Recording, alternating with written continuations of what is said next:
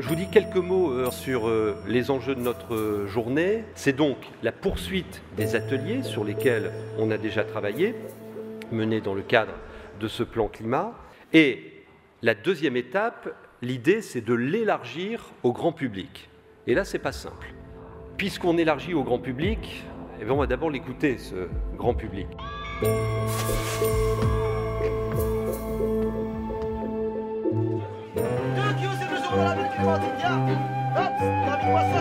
Changement climatique. Ça veut dire quoi? Changement climatique, moi je ne me rends pas tellement compte parce que j'ai toujours trop chaud. Si je te dis CO2. C'est du gaz carbonique. Ça me dit quelque chose, on ne parle que de ça, mais c'est tout. Hein. Apparemment, oui, il semblerait, oui, puisque les saisons ne correspondent plus à ce qui existait dans le temps. Nous sommes donc réunis pour dire effectivement que face aux bouleversements environnementaux, nous devons agir et nous devons changer la manière dont nous vivons, la manière dont nous produisons, la manière dont nous consommons, le faire chacun à notre niveau et particulièrement ici dans notre métropole. Donc c'est un point de départ pédagogique pour sensibiliser. Puis après, effectivement, il faut embarquer les gens en leur expliquant qu'eux aussi, en tant que consommateurs, en tant que propriétaires, en tant qu'utilisateurs, soit de la voiture, soit des transports en commun, eux aussi sur le territoire, ils peuvent agir un peu. Et ben, on rentre dans un cercle vertueux où effectivement, on peut réduire nos émissions et prendre notre part à ce combat planétaire. Finalement, à Lille, on n'a pas l'habitude d'être exposé à des températures aussi chaudes. La canicule de 2003, elle était dure, mais finalement, par rapport au reste de la France, on n'a pas été si impacté. Moi, mon étude, ce qu'elle dit, c'est que ce genre de phénomène va apparaître de plus en plus souvent. On est vulnérable parce qu'on n'est pas adapté à ce genre de choses. Pour Lille, on peut s'attendre à environ 2,5 degrés de réchauffement moyen d'ici à la fin du XXIe siècle.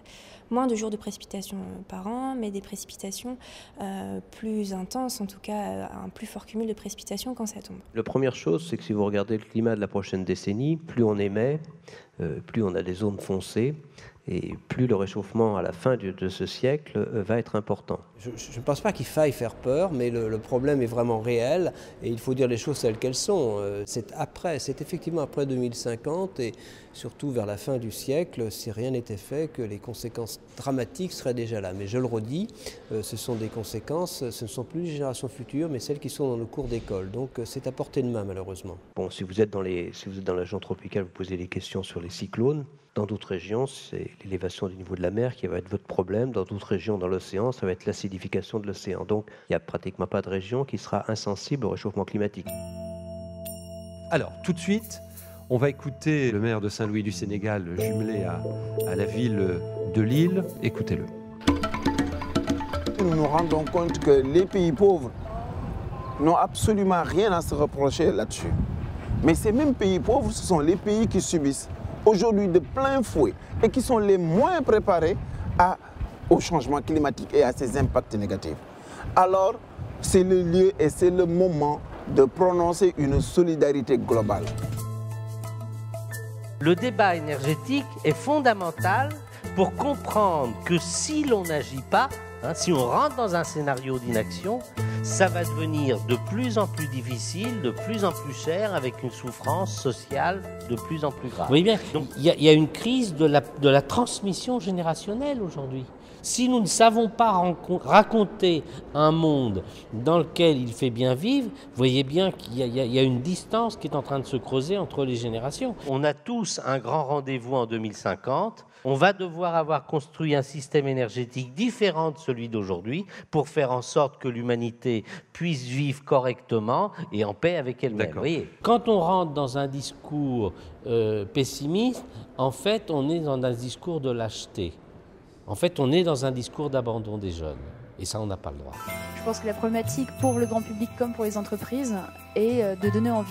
Mais il y a quand même un temps de l'action qui est un petit peu trop lent peut-être par rapport à ce qui est nécessaire de voir se développer. Parce que c'est vrai qu'on parle beaucoup d'économiser l'énergie, mais c'est peut-être pas la première question que se pose le citoyen. Le citoyen, lui, ce qu'il voit, c'est sa facture. Alors vous allez nous présenter la chronologie de cette démarche, dont le nom est déjà affiché à l'écran. Donc on a appelé ça la tournée des clics.